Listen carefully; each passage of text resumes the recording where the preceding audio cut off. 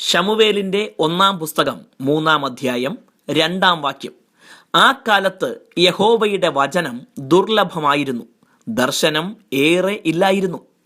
ദൈവം എല്ലാ നാളും അനന്യനാണ്. എക്കാലവും അവിടുന്ന് മനുഷ്യനോട് കൂടെ വസിക്കാൻ ആഗ്രഹിക്കുന്നു. മനുഷ്യന്റെ സൃഷ്ടിയുടെ പിന്നിലെ ഏറ്റവും പ്രധാന ലക്ഷ്യം തന്നെ ദൈവവുമായി കൂട്ടായ്മ പങ്കിടുക എന്നതായിരുന്നു. മരുഭൂമിയിൽ ഇസ്രായേൽ ജനത്തോട് കൂടെ വസിക്കാൻ വേണ്ടിയാണ് അവിടുന്ന് തിരുനിവാസം പണിയാൻ ആവശ്യപ്പെട്ടത്. എന്നാൽ ദൈവത്തിന് തൻ്റെ ജനത്തോടൊപ്പം വസിക്കാൻ അവർ വിശുദ്ധിയിൽ ജീവിക്കണമായിരുന്നു.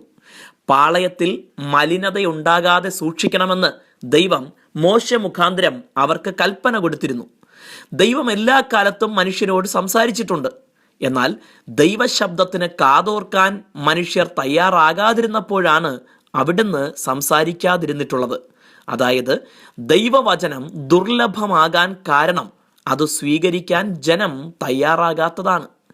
അതിന് കാതോർക്കാൻ ശമൂവേലുണ്ടായപ്പോൾ ദൈവം തന്നോട് സംസാരിക്കാൻ തുടങ്ങി.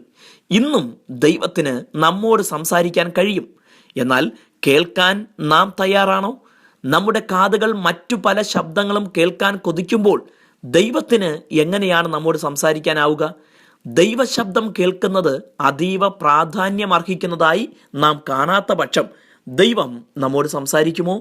ഇന്നും ദൈവവചനത്തിന് ദൗർലഭ്യം നേരിടുന്നുണ്ടെങ്കിൽ കാരണക്കാർ നാം ആണ്. നമ്മോട് സംസാരിക്കാൻ ആഗ്രഹിക്കുന്ന ദൈവത്തെ കേൾക്കാൻ വളരെ ശ്രദ്ധയോടെ നമ്മെ സമർപ്പിക്കാം.